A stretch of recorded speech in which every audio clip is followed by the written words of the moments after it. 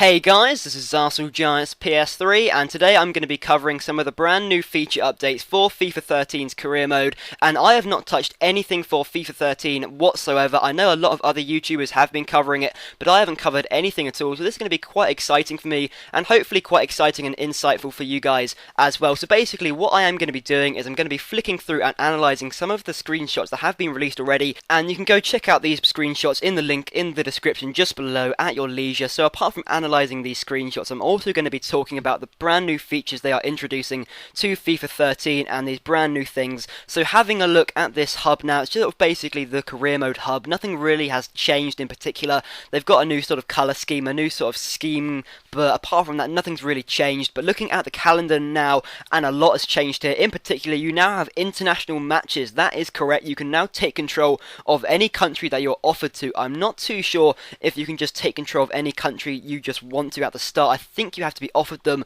although at this point in time I'm not really too sure. And as you can see on the right side of your screen, the results thing looks a lot more cleaned up. It looks a lot more spaced out. You can now have a look at that easier. It's sort of like, it's just making it more polished and making it look a lot more interesting. And now looking at some more screenshots here, and it's all about interaction, it's all about presentation really. I mean, they haven't really changed like a lot hugely, but they've really changed a lot about presentation. So here for example, you have more interaction, you have Oxlade-Chamberlain, you have transfer stories, you have breaking news, top stories, etc.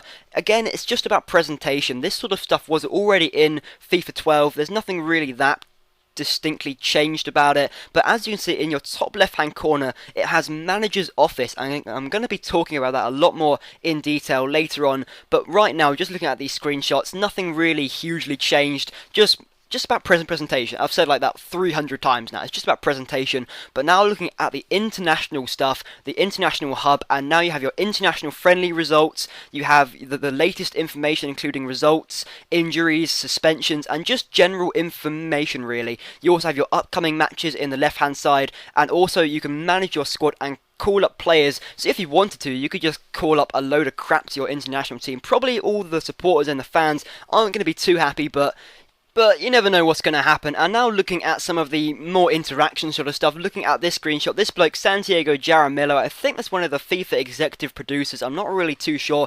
It could just be some random bloke, has accepted the France job. So again, it's all about international sort of countries, it's all about presentation, interaction, etc, etc. So now looking at this screenshot, and this screenshot isn't particularly too interesting. First off, you have Martin Tyler and Alan Smith as your commentary team, and I'm one of those people who aren't really too keen on Alan Smith as a commentator. I remember one of his pieces of commentary in particular, they're standing in the stadiums eating their burgers and drinking their drinks. What is that about? What sort of commentary is that? But again, you basically have Norway versus Mexico. It's just sort of, it's all about the international countries sort of thing really. And again, here's another screenshot, and I'm not really going to talk about the sort of teams that are there. I'm going to be talking about the sort of stadiums.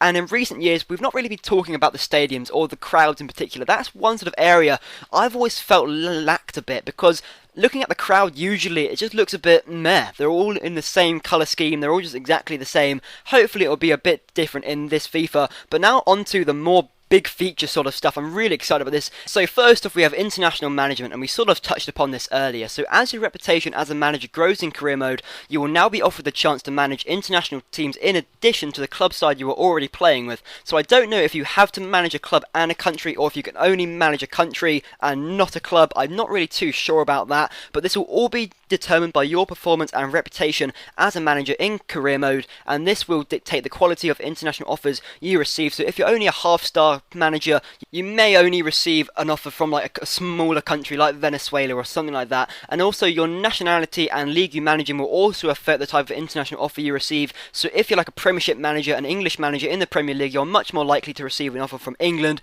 I don't know why you'd want it, but anyway, moving on to more stuff now. And rumours about interested nations will circulate in the press before an actual offer is offered up. So you can sort of think about it. You don't have to make a decision straight away, and squad selection will be a key part of your international management duties and deadline for selections. So again, it's all about picking this like huge amount of players and actually choosing from them, etc, etc. And international competitions will run in parallel with the club game, meaning that you could land a job in the middle of a qualifying campaign. So again, kind of cool, kind of like Roy Hodgson had to do, that sort of stuff really. And international management had its own career mode hub, keeping your club and country separate, like we saw in an earlier screenshot. So that is international management. And so moving on to our second one now, and that's in-match live score updates. And this is something I've been really hoping they would put into FIFA 13. So while you are playing your career mode matches, you'll now receive audio updates from other games being played in your league, voiced by Alan McAnally and Jeff Sheaves. And Jeff Sheaves, that is epic. He is such an awesome presenter for Sky Sports, and these live updates will cover all the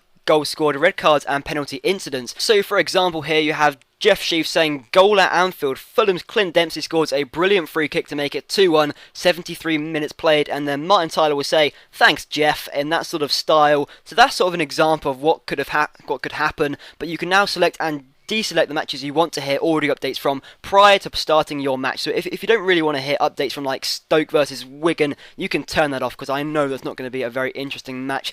So on to our third brand new feature now, and that is player stories, and this is all about interaction. So here we have interaction with players is now more regular, with instant feedback received based on managerial decisions. So for example, if you play a player out of position, they are going to get quite angry about it, and this is something that's already been in quite a lot of other football games, such as Pro Evolution Soccer and Football Manager and FIFA Manager and stuff like that really. So now player stories can run for months into a career mode, re-emerging if you go through a bad run of results or when you sell or buy a key player. So again, this is all about making it more realistic and making it more about interaction, and you have to keep up with your players. You have to make them happy. If they're angry, then they go through a very bad run of form, and it could get very bad for you. So specific player stories also occur when managing an international team, meaning you'll need to keep both club and country happy. So for example, if you are with Robin van Persie and he's quite happy at your club, but if you're managing Holland and you're playing him all out of position, he's going to get very angry with you. And fan stories will now make top news in the press based on team performance. So for example, yet again, if your team is going through an awful run of form, the fan stories are going to be posted, and then the press are going to get hold of it, and that is going to make life incredibly hard for you. So now moving on to classified results, and this one is not really that hard to explain, although it does sound quite complicated. After each career mode match, you will now receive a rundown of the classified results through in-game audio. So kind of think like BBC Final Score, or for example, if any of you played LMA Manager, it's kind of exactly the same as that. So you'll sort of have this audio telling you all of the results. That is if you want to. You can sort of turn it off as well, I think. And the league table updates are also fed back to you, as well as any upcoming fixtures. These audio sequences happen less regularly than the classified results, so you aren't going to be completely swamped with like upcoming fixtures all the time. You can, I expect, turn all this stuff off. And also, when this audio is running, you can still browse all career mode menus and continue to the next game week. So listening to this audio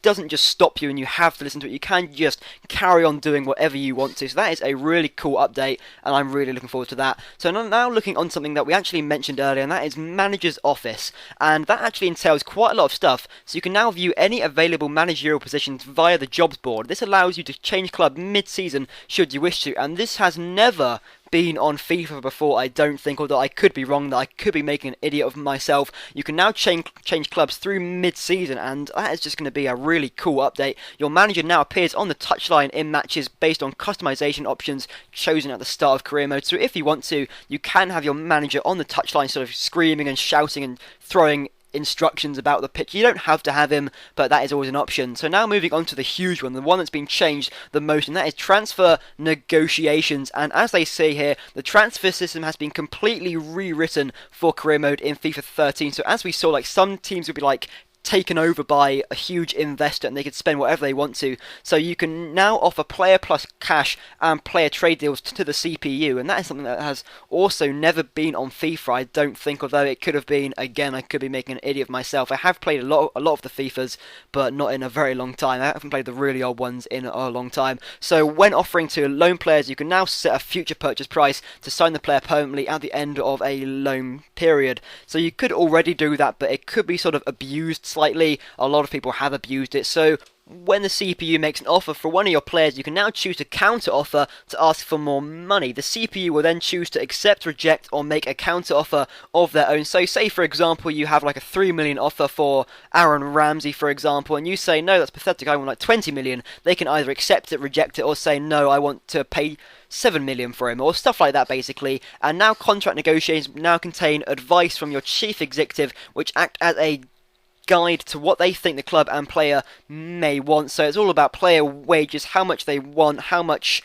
they could ask for, etc, etc. And when offering contracts, you can now choose the role for the player you're trying to sign. For example, crucial player, important player, or future star. This expectation will affect whether a player chooses to join your club. So again, for example, if you want to sign Lionel Messi and you say you'll only be a crucial player rather than an important player, that could mean that they might not want to join your club, as they're not really at the very top of the player pile, I guess, really. And prior to making a firm offer, you can now make an inquiry to find out whether a player is available and how much the club want for them. So essentially it's like scouting, but not really scouting, if you know what I mean. It's half of scouting. So like you can sort of make an inquiry, are they available? They'll tell you to no F off, or etc, etc, stuff like that. So now you can make offers for players directly by media stories, by pressing the left stick. So it's just easier interaction, really, easier options in order to access stuff. And a new financial strictness setting will limit the percentage of player sales that go back to your transfer budget.